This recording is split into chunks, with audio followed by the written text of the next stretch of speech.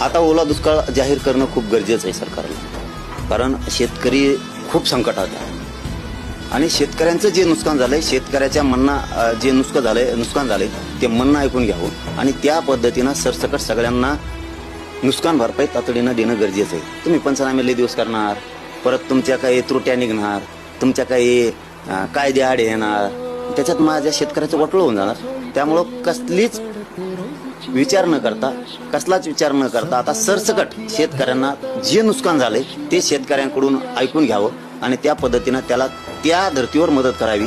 कारण नुकसान झालं लाखाचं आणि तुम्ही द्यायचे 3,000, याला काही अर्थ नाही. शेतकरी खूप अडचण येते आणि एवढ्या वेळेस, कारण ही पूर्ण राज्यात झाले, त्यामुळे एवढ्या वेळेस सगळ्या शेतकऱ्याला सरकारने सांभाळावंच.